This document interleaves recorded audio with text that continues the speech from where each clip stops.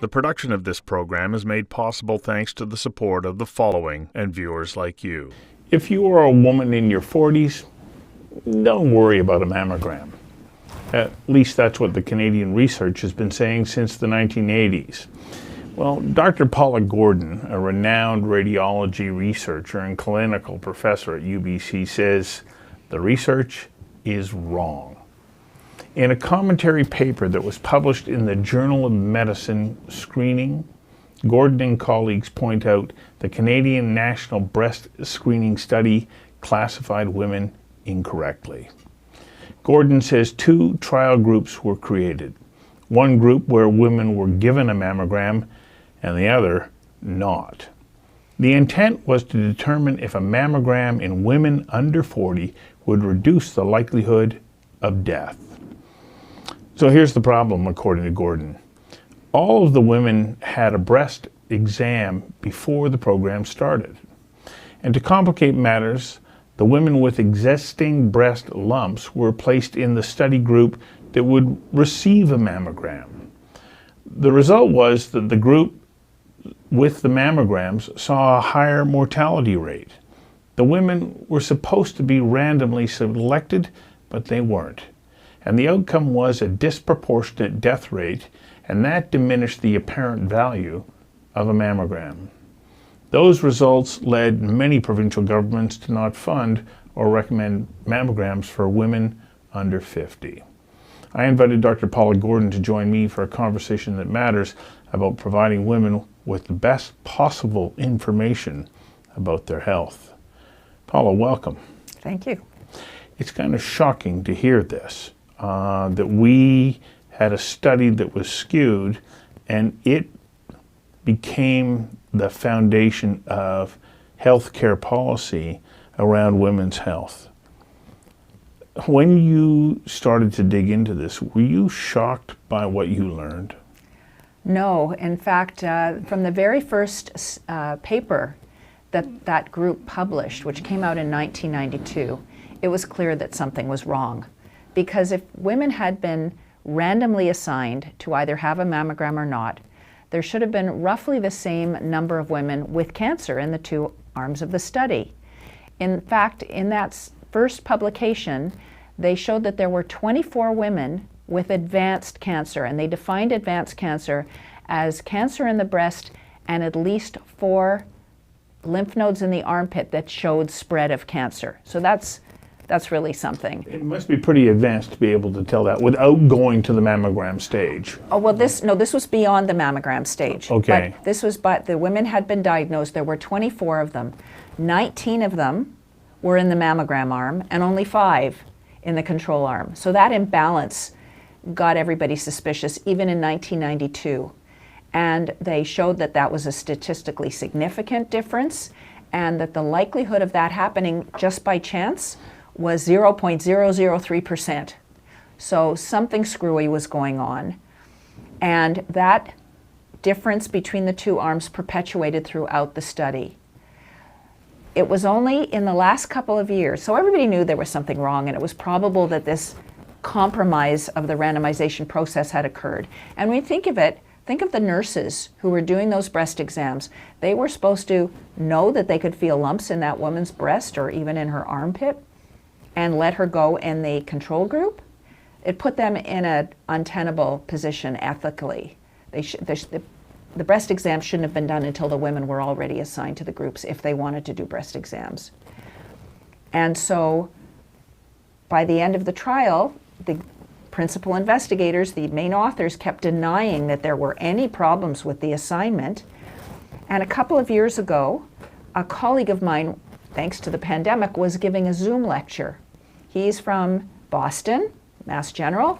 He was giving a lecture to a Canadian group that included radiologists and technologists, and he talked about the Canadian trials and what the suspicions were. And afterward, he got an email from one of the participants in that webinar, and she said, I was a technologist in one of the Toronto sites of that study, and I can attest that every day there were women moved from the no mammogram arm to the mammogram arm. Why would they do that?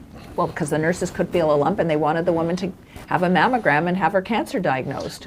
Why? Because they intuitively knew that having that mammogram would give them appropriate information? Well, better chances than not having a mammogram. Don't forget, these women not only had lumps in their breast, but many of them had lumps in their armpit, which implies that it's a cancer that has already spread. It's hard to understand why somebody would do that, knowing that they were part of a research group that was to try and figure out that what the actual value of a mammogram would be to women who, at any stage in their health could benefit from having accurate information. I'm sure that they did it with the best of intentions to get care for that woman, and had no idea that the repercussions would lead to the current guidelines which deny good care to thousands of women, not just in Canada, but because that study, which was done in the early 80s, was the one of all the other studies that were done. And by the way, though Canadian, there were two studies, one for women in the 40s, one in the women in the 50s. They were the only two trials of mammography that did not show reduced deaths from breast cancer. And of course, now you know why. But because they were, that study for women in the 40s was the largest number of women in the 40s, it's had influence all over the world. And many other countries don't start till 50. Now, it's years later. We've got loads of data that show that you save the most lives by starting at age 40. The problem is, in Canada, there's a panel called the Canadian Task Force on Preventive Health Care, who've determined, they've just decided, there's no breast experts on it, they've decided they're only going to look at those old trials done from the 60s to the 80s because those were the randomized trials, except now we know the Canadian trial wasn't random. I got to get you to hang on for a second while we take a quick commercial break. We'll be right back. The production of this program is made possible thanks to the support of the following and viewers like you. If we know that, why is there not a greater effort to re-examine those results and look at ways of correcting them? Because of the bravery of that technologist who came forth, that led to the publication you spoke of in the Journal of Medical Screening. There are other peer-reviewed papers now going into greater detail, not just about that particular flaw. There were many other flaws in the Canadian studies. And hopefully at the end of the day, they will be retracted from the literature. But until that happens, if you've got a panel like the Canadian Task Force with no breast cancer experts on it who are only willing to look at randomized trials, the newer data, which shows the benefits of screening in the 40s, doesn't get looked at. Happily in Canada, each province does its own thing. Happily if you live in one of the 4 provinces that does screen in the 40s. But it's given us a natural experiment. And in the last couple of months, colleagues from the University of Ottawa worked with Statistics Canada, and they compared the provinces that do screen in the 40s with the ones that don't start till 50. And lo and behold, as you'd expect, women in the provinces that don't screen until 50, their women are having more advanced cancers than the provinces that do screen in the 40s, not just to women in the 40s, but even in the 50s. So it shows the importance, the benefit of screening in the 40s overlaps into the next decade. You've been talking about this for a while. Has there been any response to say, you're right, we need to redress this? Well, because the trialists are respected members of the epidemiology community, it's tough. We have initiated an investigation at the University of Toronto, which is the home institution of the principal investigators. And hopefully they will agree that this was a major protocol deviation that occurred and that the studies are invalid and they've got to be retracted. The journals we've been in touch with the journals. The journals are waiting to hear what the University of Toronto investigation shows. In the meantime, other organizations, so the Canadian Task Force says don't screen till the 50s. Unfortunately, there are other organizations that endorse the task force guidelines, like the Canadian Cancer Society. You'd think, their mission is to minimize deaths and suffering from cancer, and they know these concerns, but they haven't yet withdrawn their endorsement. The Canadian Nurse Practitioners Association, I've given lectures to the nurse practitioners groups in a couple of provinces. They get it. They're horrified. I'm saying to them, please tell your national body to withdraw their endorsement. But these things are very slow. There's another organization called Choosing Wisely, which is, they give advice that is fed to the GPs across the country. It's like their mission is to reduce screening. Why? I don't understand why that would even be a suggestion. Because whenever you do a test, there are pros and cons, or risks and benefits. And the task force and these other organizations say that when you do screening, the benefits are outweighed by the harms. Well, the benefits, they're understating the benefits because they're averaging in the Canadian trial results with all the other trials that did show fewer deaths. And they're saying, what are the harms? Well, the harm they're most concerned about is that if you go for a test and you get called back for more tests, we call that a recall. They're calling it a false positive. Now, to most people, when you say false positive, it means you were told you had cancer, but you didn't. That's not what we're talking about. We're talking about a woman, there's something on your mammogram, maybe it's nothing, come back, we're going to sort it out. They're saying that when we call a woman back, that creates anxiety. Of course it creates anxiety, but 95% of those women are told that they don't have cancer. And you know what happens? That anxiety goes away, and it's been shown to not have any long-term effects. But that's the reason, the main reason they list as a harm to not do screening. They say, well, you're only leading to a 15 to 20% mortality reduction, and look at all the women you're scaring for nothing. Well, in fact, the bigger Canadian study, the one we're proud of, was called the Pan-Canadian study. It showed that women in the 40s are 44% less likely to die of breast cancer if they have mammograms than if they don't. This is our second break. We'll be back in a moment. The production of this program is made possible thanks to the support of the following and viewers like you. You remind me of a story that I was introduced to of a woman who was in her 40s. She went, nah, I don't need to have a mammogram. Her daughter, interestingly enough, was encouraging her to do so. She went in believing that she would just be given a clean bill of health. No. Because she had that mammogram, they quickly identified that she was in an advanced stage of cancer, and that if they didn't act now, she wouldn't survive. And she was fortunate. And she goes, it was that mammogram that saved her life. Even the Canadian Cancer Society data shows that it's really important to detect cancer early, and detecting it in the later stages isn't great. We know that if we detect it at stage 0 or 1, the 5-year survival is virtually 100%. That means 100% of women who are diagnosed at that stage are going to be alive in 5 years. If you diagnosed breast cancer at stage 4, it's only 22%. So early detection is really important. Now, if you're diagnosed at stage 4, maybe you'll be alive at 10 or 20 years. But you got to go through heavy-duty surgery and chemotherapy and all the advanced stuff we've got now. You've got an early cancer, you don't need a mastectomy, you can have a lumpectomy.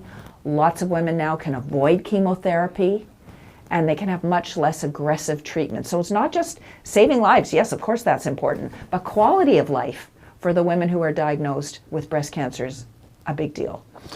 Okay, which provinces are... Oh, I knew you were going to ask me that. You know what? I'm going to tell you where to look it up, because I can't keep it all straight in my head. There's a website called mybreastscreening.ca, and it has everything about each individual province. Not only that, this is really important.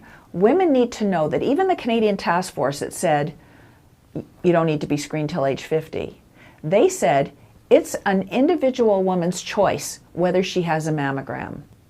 And women are supposed to be able to go to their family doctor, and if they get a requisition, they can have a mammogram. The problem is a lot of family doctors didn't read that far into the paper that got published. And even if a woman asks for a mammogram, she's often denied. So that website, mybreastscreening.ca, it even has hints on how to advocate for yourself with your family doctor, what you can bring up in the discussion to get that requisition. And then there are 4 provinces that allow women to start at 40. There's another 2 where women need a requisition for the first time, but then after that they can go without a doctor's requisition. Here's a bit of a problem in BC though, which is, I think it might be unique. Women are allowed to self-refer. They don't need a requisition, but they have to give the name of a family doctor or a nurse practitioner. Well, you know what's going on with What if you people. don't have one? Then you can't have a screening mammogram. So that's something that has to be addressed. The only time, the reason they do that is so that people won't fall through the cracks. But the fact is nowadays, if somebody has an abnormal screening mammogram, we call them in without a doctor's requisition. We do all the tests. If some of those women turn out to have cancer, the system should be able to find them a surgeon and an oncologist and so on. We call them orphaned patients. So this is an issue because all those women who don't have family doctors or nurse practitioners aren't able to access screening. Okay, so we have the results of this, research that was done 40 years ago. You're saying, okay, fine, it's out there. Let me speak to women directly.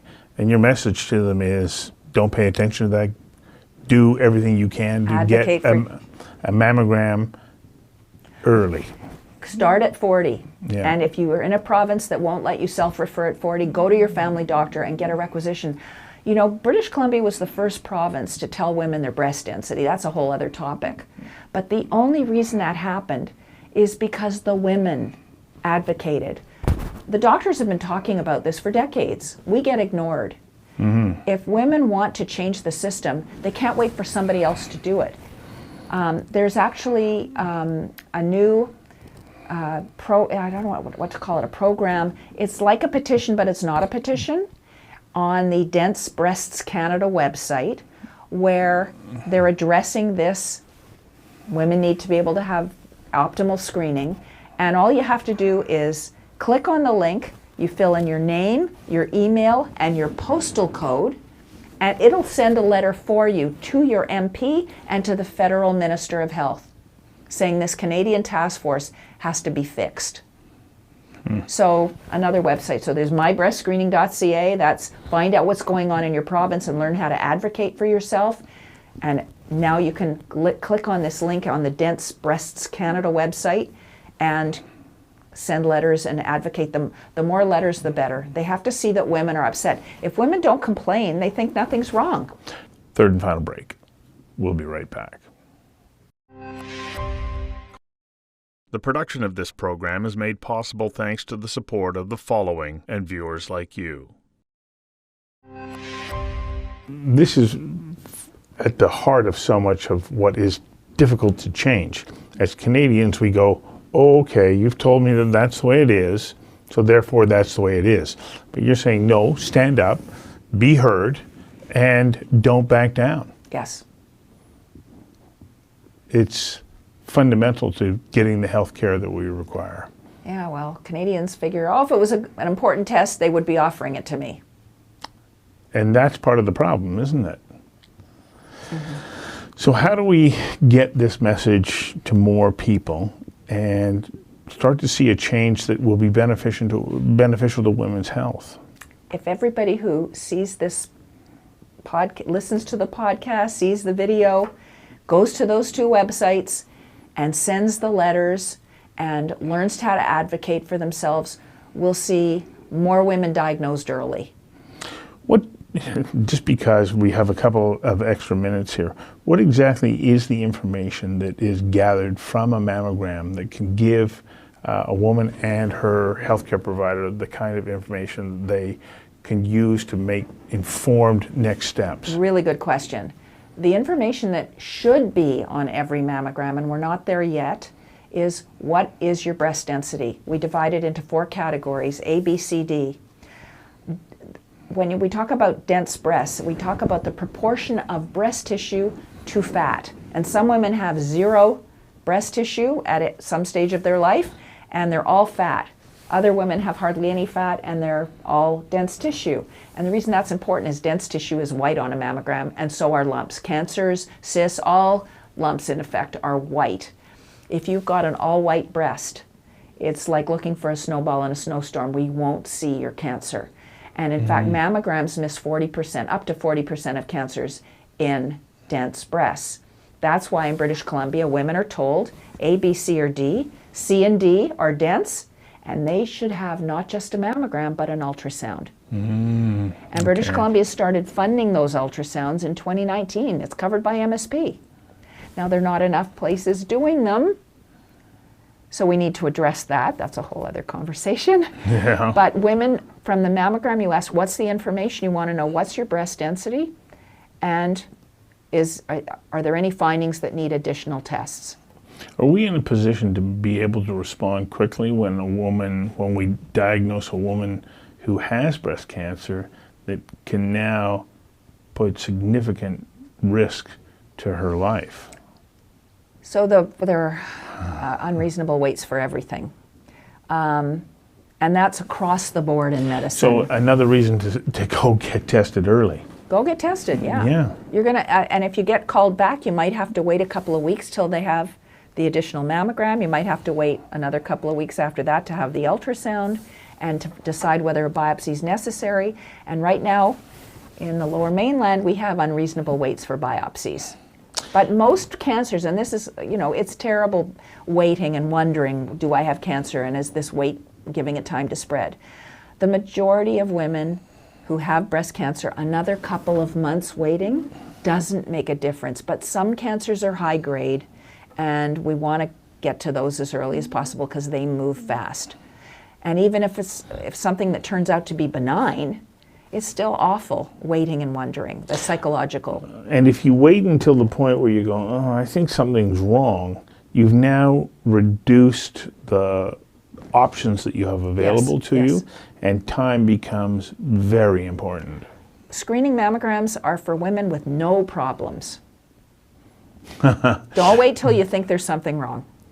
And so what's the likelihood then of a woman being under 40 and developing breast cancer? Because should women under 40 also, if they suspect that they may be at risk, be insisting on a mammogram? So if a woman is under 40 and she has a lump or that kind of issue, she goes to her doctor and gets investigated.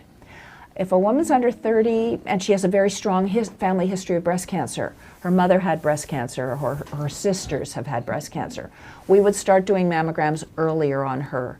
But generally the rule we follow is we start screening her 10 years younger than the youngest of her first degree relatives. So if mom had breast cancer at 40, we'll start at her at 30, but we don't go below 30. But if women have symptoms like pain is actually normal and common. It's hardly ever associated with cancer. You don't necessarily need to do any testing. On the other hand, there's something that women can do, and that's breast self-exam.